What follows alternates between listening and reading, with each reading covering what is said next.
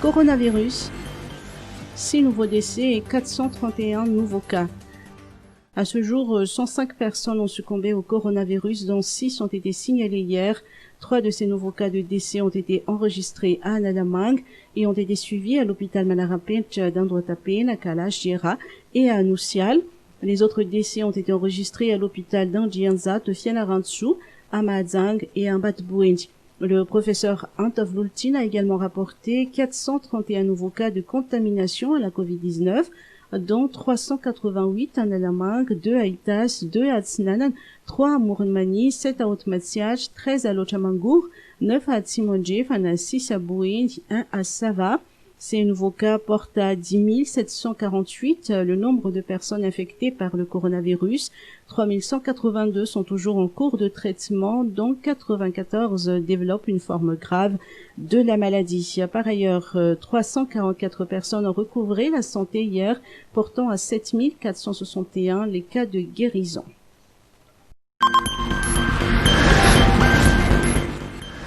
Système de couverture sanitaire.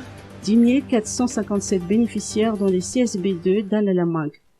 Du 21 au 27 juillet, 10 457 patients ont pu bénéficier du système de couverture sanitaire gratuite dispensé par la quarantaine de centres de santé de base niveau 2 à Antananarivo, à Tsimjan et à Baradjan, selon le ministère de la Santé publique.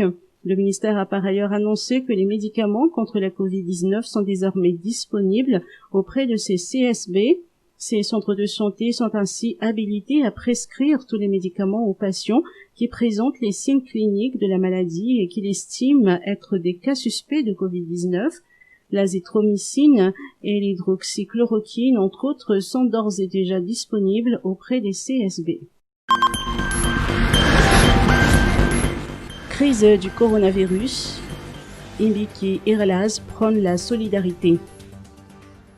En ces temps de crise, il nous faut faire preuve de solidarité, l'intelligence et la responsabilité collective des pouvoirs publics, de la société civile, des entreprises, des citoyens et citoyennes seront la clé d'une sortie de crise espérée le plus tôt possible, a annoncé Imbik Irlaz, secrétaire général du ministère de la Justice. Il considère que l'engagement citoyen reste primordial pour aider le pays à traverser la crise sanitaire. L'engagement bénévole ainsi que l'entraide sont encouragés. Imbik Irlaz invite la population au respect des consignes de la santé publique en matière de distanciation physique et de lavage des mains.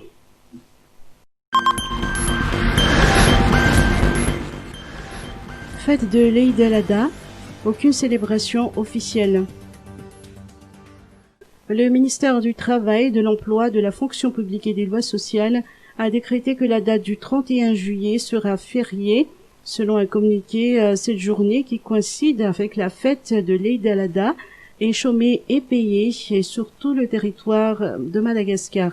Cette date a été adoptée après confirmation de l'association Fikamalana Slam Malagas ou FSM. Les leaders musulmans ont annoncé qu'aucune célébration officielle n'est prévue pour cette année en respect aux mesures sanitaires actuellement en vigueur. Les fidèles de confession musulmane sont ainsi priés de respecter le confinement et de célébrer l'Eid al-Adha chez eux. L'Eid al-Adha est la fête du sacrifice et marque généralement la fin du Hajj ou le pèlerinage à la Mecque. Il commémore le jour où Dieu demande à Abraham de sacrifier son fils Ismaël pour éprouver sa foi. Mais au moment où l'homme s'apprête à immoler l'enfant, une intervention divine arrête son geste et remplace l'enfant par un bélier. Importation de 16 000 tonnes de riz, insuffisante selon Rabbitstunt. Pour alimenter les marchés locaux, Madagascar a besoin d'importer 500 000 tonnes de riz annuellement, ce qui signifie que l'importation de 16 000 tonnes de riz décidée par le gouvernement sera insuffisante pour mettre en place un stock régulateur, estime Tuvnana Rabbitstunt, économiste et opérateur économique. Il a également souligné qu'en cette période d'urgence sanitaire, ces riz importés serviront plutôt à atténuer les charges des foyers les plus vulnérables qu'à approvisionner le marché habituel. Pour réduire notre dépendance en importation de riz, Tuvnana Rabbitstunt propose d'augmenter d'au moins 30% la capacité de production actuelle Il suggère pour y arriver de développer les infrastructures rizicoles, surtout les systèmes d'irrigation ainsi que la pratique des nouvelles techniques de production avec des nouvelles semences comme les riz hybrides. Avec ces changements, nos productions pourraient passer de 2 tonnes à l'hectare à 8 tonnes à l'hectare. Parlementaire de la SADC, Massi Goulamali, élue vice-présidente de la commission Djiwed. La députée de Madagascar, Massi Goulamali, Marie-Jeanne d'Arc, a été élue vice-présidente de la commission Égalité de genre, de la promotion de la femme et du développement de la jeunesse au Djiwed du Forum parlementaire de la SADC ce 28 juillet. L'élection s'est déroulée par visioconférence qui a vu la participation des Seychelles, du Mozambique, de la République démocratique du Congo, de l'Angola, de l'Afrique du Sud, de l'île Maurice, de la Zambie, du Malawi et de Madagascar. Les pays membres accèdent à la présidence et la vice-présidence de la Commission pour un mandat de 2 ans selon le principe de la rotation géographique. La commission Djiwed du Forum parlementaire de la SADC a pour but de renforcer les outils déjà existants pour promouvoir l'égalité des genres.